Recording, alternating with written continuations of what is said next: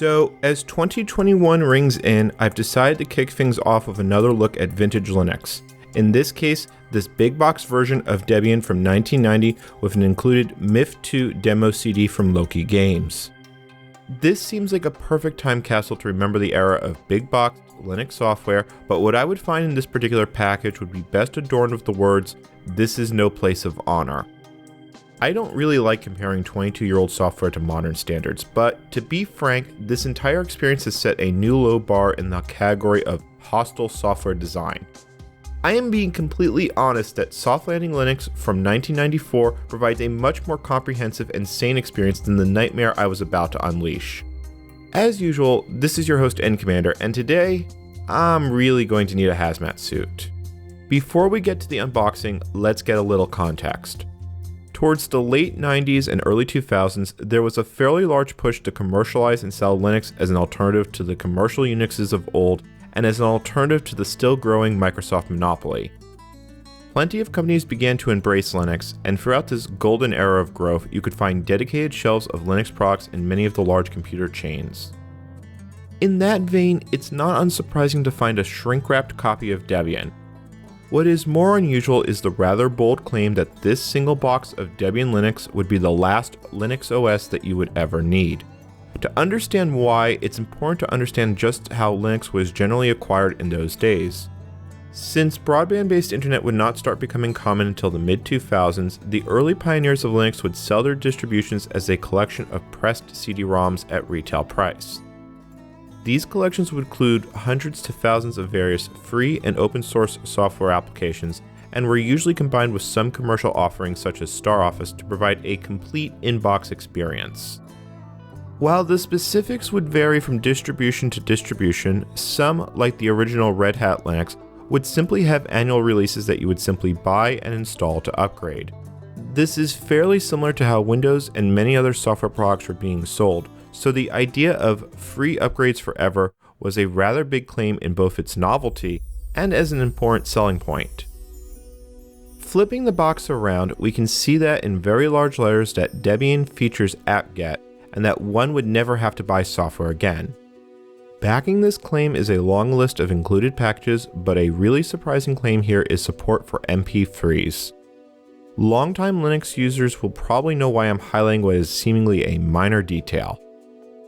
It's really not surprising that the box puts emphasis on apt, as this was long considered the killer feature of Debian for many years. Unfortunately, it seems the presence of apt actually encouraged the company who made this box set, VA Linux, to cut some serious corners that really should not have been cut. Past me is going to start cutting the shrink wrap, but even at the get-go, I had that feeling that this was not going to end well. Once inside the box, I found a quick start guide, a single CD-ROM, a Debian sticker, and finally a copy of O'Reilly's Learning Debian Linux Special Edition. There was also an enclosed registration card which had an offer of a free copy of StarOffice for Linux. This seemingly good deal is only tempered by the fact that StarOffice was free for personal use at this time. In hindsight, that offer would serve as a wonderful bit of foreshadowing, but I'm fairly sure past me was more surprised by the fact that there was only a single CD-ROM. Normally, these types of boxed Linux collections came with anywhere between 2 to 6 CD-ROMs for one very simple reason. In 1999, at least in the United States, internet access primarily took the form of dial-up networking, which was rather infamous for its low speeds. I'm going to come back to this point later on, but suffice to say, it's incredibly bold to only ship the one disk. From what I can tell, Debian 2.1 was originally shipped as a 2 CD-ROM set. A quick comparison between an official Debian disk and the one I had showed them to be broadly similar, suggesting that VA Linux had simply downloaded a snapshot from debian.org, pressed it onto a disk, and then called it good. That being said, as the Debian archives were not PGP signed at the time, it's unfortunately impossible to confirm if VA Linux has made any changes or not. To find out more though, I was going to have to get to installing, and to do that I am bringing out my ThinkPad 380D. Furthermore, I'm going to hook it up to an external monitor to make the picture a bit clearer since the built-in passive matrix display is quite prone to ghosting. The first thing I was going to figure out is if I was going to dual boot or not. For many users coming to Linux for the first time, the choice would either be erasing Windows or mudding through the FIPS utility to resize their Windows 95 or 98 partition to make room. In truth, I actually remember using FIPS back in the day, and I'm remembering it having more problems than not. I am fairly sure that I was not the only Linux user with a copy of PartitionMagic to do non-destructive resizing. Since at the moment this ThinkPad only has an empty DOS install from the 46 archival project, I just erased it and reinstalled it with a small 64 megabyte partition. Maybe next time I dig up ancient Linux, I'll set up Windows 95 or 98 and then FIPS the drive. That being said, I do want to test if the Debian installation will still leave DOS bootable. Folks might remember that we had some Lilo problems with Softlanding Linux, so it'll be interesting to see how this stacks up. With DOS installed, the next step is obvious. All I had to do was start the installer, and given that the CD was labeled bootable, you'd think that would be easy. Of course, this wouldn't be an in-commander project if it was at all straightforward. Fans of this channel know that I have frequently complained about the shortcomings on this ThinkPad's Easy Bake BIOS, but today's headache is that this machine cannot start off a CD-ROM.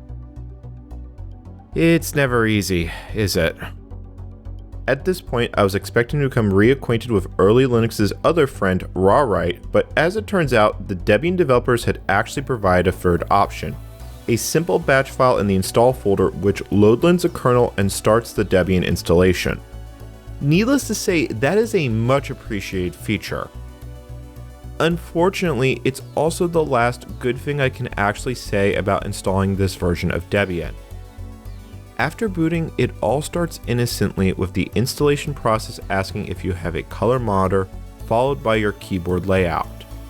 It then asks you to select your hard drive and then jumps you straight into CFDisk to do disk partitioning. There is no guided partitioning options to select sane defaults or to simply make the user's life a bit easier. Even by the standards of the day, this is pretty bad. I'll save my rant for later, but I just want people to take a look at what other distributions were doing. For example, Red Hat Linux 5.2 from 1998 simply uses the free space on the disk to create partitions, and in my test installation, it simply created a proper setup without having to run fdisk manually. While this is still a fairly steep barrier to entry because of having to run FIPS, it's still a lot better than Debian's approach. From what I can tell and what I remember, guided partitioning was already a common feature in this era. That being said, Debian isn't much worse than, say, IBM OS 2, and I wouldn't be overly critical if this was the only problem I ran into. It also helps that partitioning is well documented in the VA Linux provided Quick Start Guide, the official Debian installation manual, and the O'Reilly book.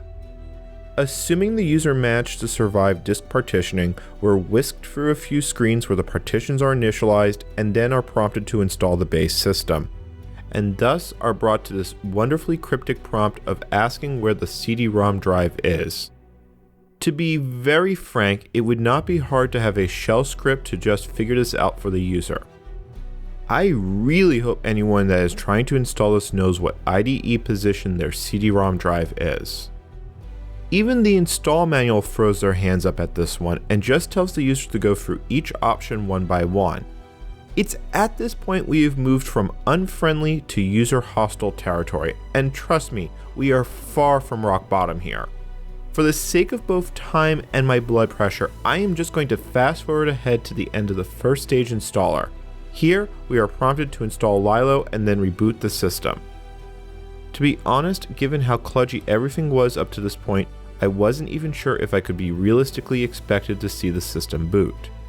I suppose I should have felt relief when Lilo appeared, followed by the kernel startup messages. After a few seconds, I was dropped to a series of text prompts to set the root password and the initial user account. While bare bones, this was straightforward, but I don't recommend lowering your guard just yet. After confirming that I still need PCM CIA support and I am not connected via PPP, I get what would become tasksel in later versions of Debian.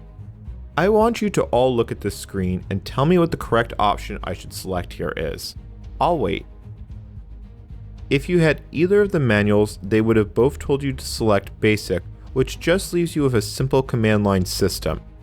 If, on the other hand, you said dial-up, you did better than me on my first attempt, since that is the option that actually installs all the graphics drivers, the sound system, X, and basic internet utilities.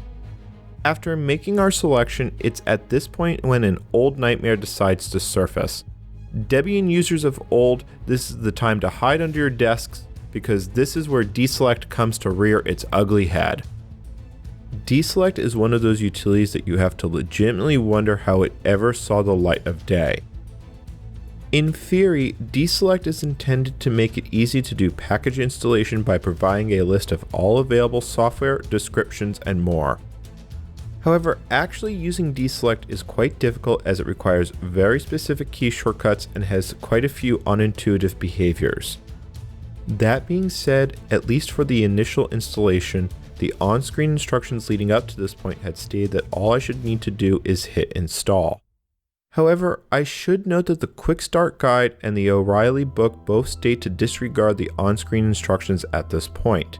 They both direct the user to switch to a separate virtual terminal to mount the CD. I have to assume that both these guides were tested on beta releases of Debian, as this manual mounting step is entirely unnecessary in practice. Still, I can't help but get those warm fuzzy feelings when one set of instructions tells you to ignore the other. If you're thinking we've hit rock bottom yet, trust me when I say we haven't. At this point, packages start getting installed off the CD with the occasional pause for configuration questions, and this is where that rant I had saved up is about to come into play. At various points, I was asked questions that most users would not have any idea, such as, what IRC server do you use, do you intend to use in, or what is your new server? I would remind people that these questions are being bombarded at the user one after another and do not give you an opportunity to pause or correct your answers. On top of that, what really grinds my gears is that some of these questions are re-asked multiple times. For instance, the new server question was at least asked twice, and as we'll see, several others were repeated at least half a dozen times. Another thing that really surprised me though is that quite a few of these questions essentially remained unchanged in the 22-year period from when this version of Debian was released and the present day. For instance, almost anyone who has used Debian as a mail server will recognize this question and wording relating to XM's configuration. In most cases, the default answers will work, but things keep going progressively downhill. For example, at one point it asks you if you want to set up wvdial. wvdial is a rather useful application that does make using dial-up networking under Linux a lot easier, but you only get this one chance to configure it unless you know the mystic runes required to rerun this setup wizard. Since I'm fairly certain my comments section will explode if I don't say this, I am going to note that dpack reconfigure does not exist in this version of Debian. Then we get to things like, do you want to change your default X server and its closely related cousin, do you want to make this your default window manager? Instead of just presenting a list, you get a yes or no question for each one. This is entirely assuming that you know in advance what your X server is, which one is the correct answer, and why the heck didn't we just run xf86config at some point to make life at least slightly easier? Then we get to this question about setting up the mouse event server. This was the question that was the proverbial straw that broke the camel's back. Answering this question correctly required me to actually switch to another virtual terminal and check if the dev PSaux device actually existed, since the PS2 based trackpoint mouse in this ThinkPad was not auto-detected. Now, let me make myself very clear here. I have used Linux for over 2 decades. I have written kernel patches to do hardware enablement, and I was a Debian developer, and I am still an Ubuntu core developer. I am struggling to answer these questions correctly, and I can only assume that most users would simply be forced to press enter. On top of that, the option to perform mouse auto detection was only given when I realized that the default settings, which were presented in an extremely cryptic form, were for a serial mouse of some sort. No other Linux distribution in their right mind did this. Softlanding Linux from 1994 installed things with sane defaults. Heck, Softlanding shipped with syssetup, which handled this in a far better manner than this version of Debian could ever hope to. It wasn't perfect, but at least SLS was making an attempt at being usable. I will note that I keep bringing up SLS because it should be noted that Debian was specifically created because of bugs and frustration with Softlanding. What's worse is that it took years for Debian to get better from here. I used Debian pretty extensively through the early 2000s as it was the only distribution with a decent PowerPC port that was not Yellow Dog Linux, and that experience was only marginally better than this. I want to remind people that this was not just a hobbyist product. This box was sold in stores, and given the included O'Reilly book, I am guessing it sold for a decent amount of money. On top of that, this physical printing was sponsored by VA Linux, who both ran Slashdot and SourceForge at the time, and by SGI, who is better known for IRIX and their Unix systems. Both of these companies should have known that this was not something that you market towards end users. I want to be clear that I do not blame the Debian developers for this mess. Debian 2.1 was the first version to integrate apt, and it took quite some time for many of the rough edges to be sanded down. The problem is that you get companies like VA Linux who trot up Debian as though it is the best thing since sliced bread, and leaving what I can say is a very suboptimal experience. Given the inclusion of the game demo disc and playing up end user features, it's quite clear who VA Linux was trying to sell Debian to, and I've been ignoring the elephant in the room on top of that. The most frustrating part, though, is that this was not even the biggest issue of trying to use Linux, and especially Debian in this era. I alluded to it earlier, but in 1999, most home users still likely had dial-up internet, which meant that getting online with Linux was somewhere between difficult to impossible. The largest internet provider, at least in the United States in that time period, was America Online. While AOL was known for a great many things, the biggest problem was that it used a proprietary connection method that was entirely incompatible with Linux. This was also true of other large dial-up providers such as NetZero. Even if your provider could work, often you need to create a special script known as a chat file that could successfully relay commands to establish a connection. Even 2 decades later, I can still remember that CompuServe had a complex script to log in and issue go ppp connect. This is not counting the fact that Linux had relatively poor compatibility with a common type of modem known as a Win modem, and it was incredibly easy to end up in a situation where one or more factors would conspire to essentially make dial-up internet an impossibility. I legitimately wish that I had 2 modems and a PBX so I could demonstrate how difficult dial-up networking can be under Linux. Even if a user managed to surmount all these issues, there is one final Achilles heel that I need to bring up. At the risk of spoilers, I did end up installing updates at a later point in this process, and I ended up downloading a 40 megabyte file. On a dial-up connection, depending on the type of modem, that could take anywhere from hours to days to complete. That's also not even factoring in any potential ISP or telephone charges, nor the inconvenience of having a phone line tied up for that long. In short, trying to use apt over dial-up would have been an exercise in frustration to say the least. This is compounded by the fact that VA Linux only shipped the first install disk. If both disks were included, then apt would only be necessary to install updates or to upgrade to the next major release, but instead, half the package collection is essentially missing in action. To add final insult to injury, quite a few useful software packages are missing. I couldn't find any sort of Office utilities on the CD. I also hope that you didn't expect your network configuration to simply work, since the only provided DHCP client is not only broken, it clearly states that you're supposed to use DHCP CD, which of course isn't on the disk. To say that this whole thing feels a tad half-baked is putting it lightly. Anyway, after nearly an hour, apt does finish up and we are unceremoniously dumped to a login prompt. At this point, we can log in as root, and out of curiosity, I simply rebooted to see if we would get a graphical login of any sort. Instead, we get the single message that X remains unconfigured. Woe and behold the poor user who doesn't know about xf86config. Before I dived into xhell though, I wanted to see just what else was awaiting us. One of the first things I thought to check is if we could still boot into DAWs. You can imagine that I had a few choice words when I found out that Lilo only had a single option for Linux.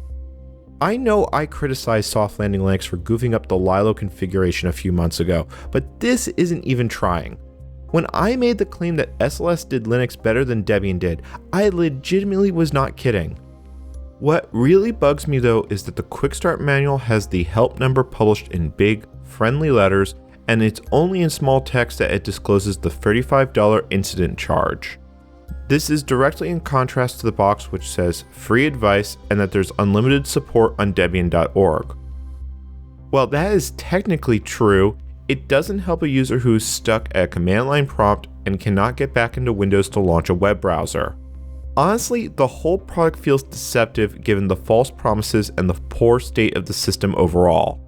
I really want to know if you all feel the same, so please let me know in the comments section below. I do want to reiterate that I do not blame the Debian developers for this. If this had been sold as a package targeting Unix admins or for those wanting a server experience, a lot could have been forgiven, but I will bet almost anything that someone tried this as their first Linux experience, and what would they get? In short, they would have an incomplete Linux distribution, a high likelihood of hosing their existing Windows install, a difficult install process, and a large number of broken configurations. That's of course assuming that their hardware was even supported. Frankly, I ended up taking this a lot further, and let me tell you that getting to even a semblance of a usable environment was a legitimate struggle. It should be noted that every piece of hardware that I'm using is indeed supported by the Linux 2.2 kernel, but as I would find out, there is a very fine line between supported and works. Since there's a pretty good chance there's going to be a part 2 to this project, this would be a good time to like and subscribe since it really does make a large difference for the channel. After all, if I know my community, most of you will be amused by the absolute hell I went through into getting a basic desktop working. It's also at this point that I would like to thank all my supporters and extend a warm welcome to those who just found my retro adventures. In the last week, this channel has just passed 1,000 subscribers and the reception has been nothing short of amazing. You've all come together to help provide amazing insight and comments, good discussions on Discord, and of course, help provide real motivation to keep going until the next one.